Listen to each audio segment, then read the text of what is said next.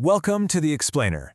Today, we're diving into a story of human endurance that literally redefines the word epic.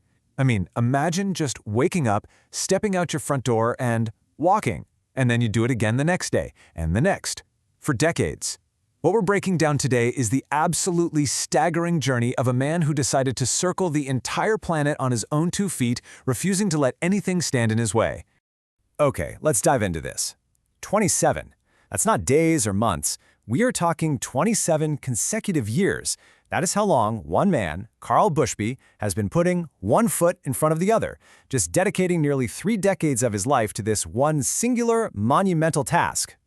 And that massive amount of time?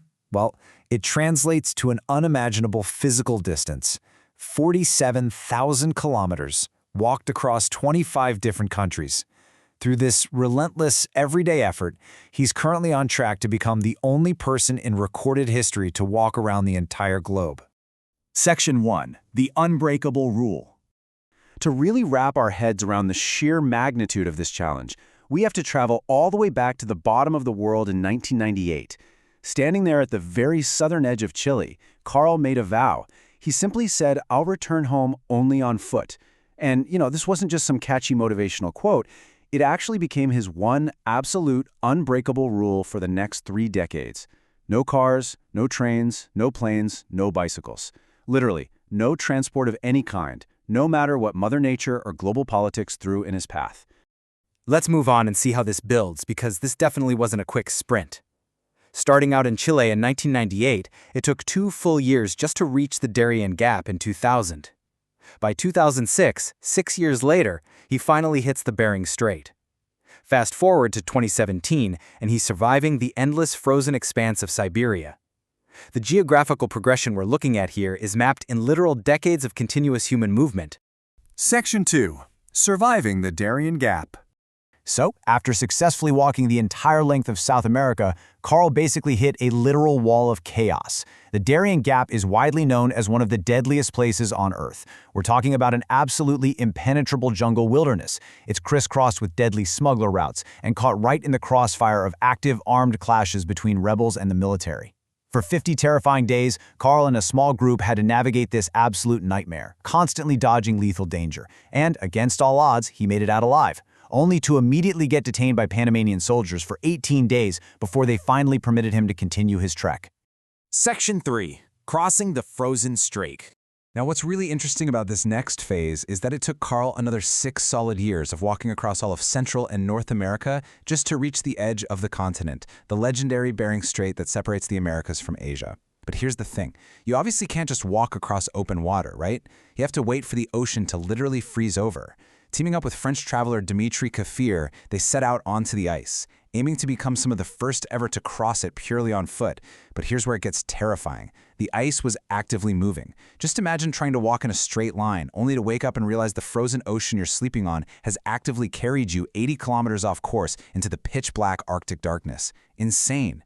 Section 4. Siberia and the Caspian Swim.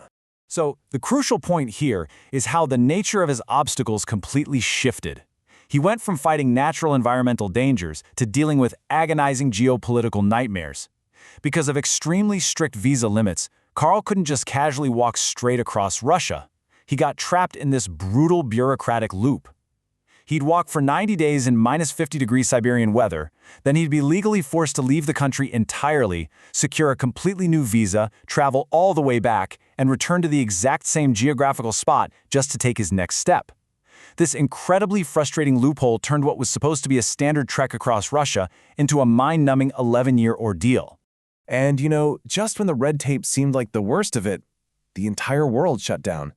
There's a crazy sort of irony in a man who had been walking alone in the absolute middle of nowhere for 2 decades, suddenly getting stopped by a global pandemic, right?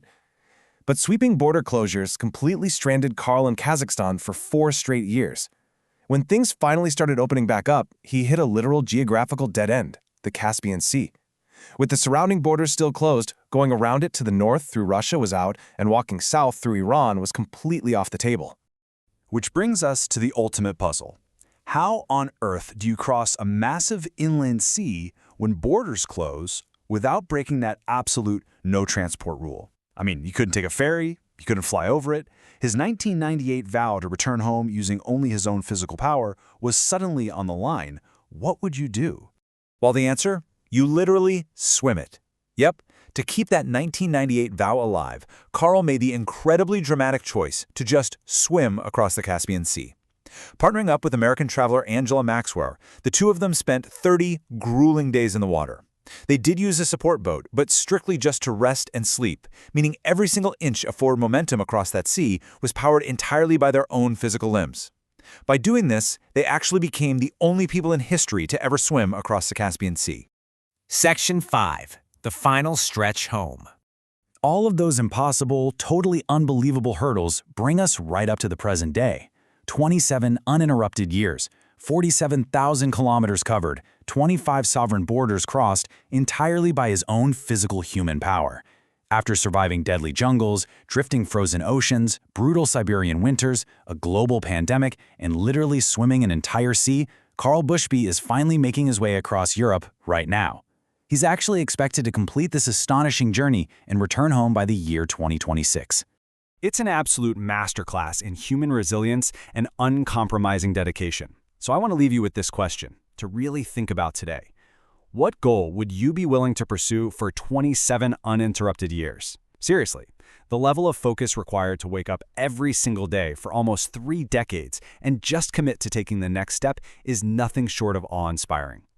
Thank you so much for joining me on this explainer, and hey, keep pushing forward on your own path.